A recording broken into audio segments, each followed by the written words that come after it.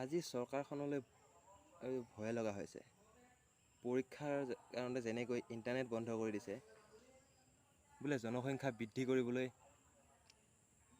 ইবিধ কাটি দিলে বিপদ আহিব আৰু।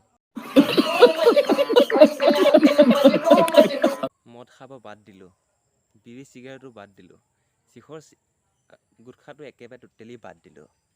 মাত্ৰ মিছা কথাটো ক'বলৈহে বাদ দিয়া নাই।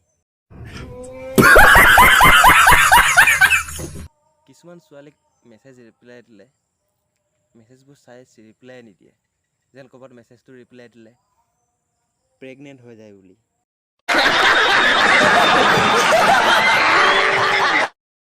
কোনোবা ধুনীয়া ছোৱালীয়ে যদি তোমালৈ চাই মিচিকিয়া হাঁহি মাৰে, নাভাবিবা তোমালৈ চাই হাঁহিছে, তাই কেয়াও হ'ব পাৰে।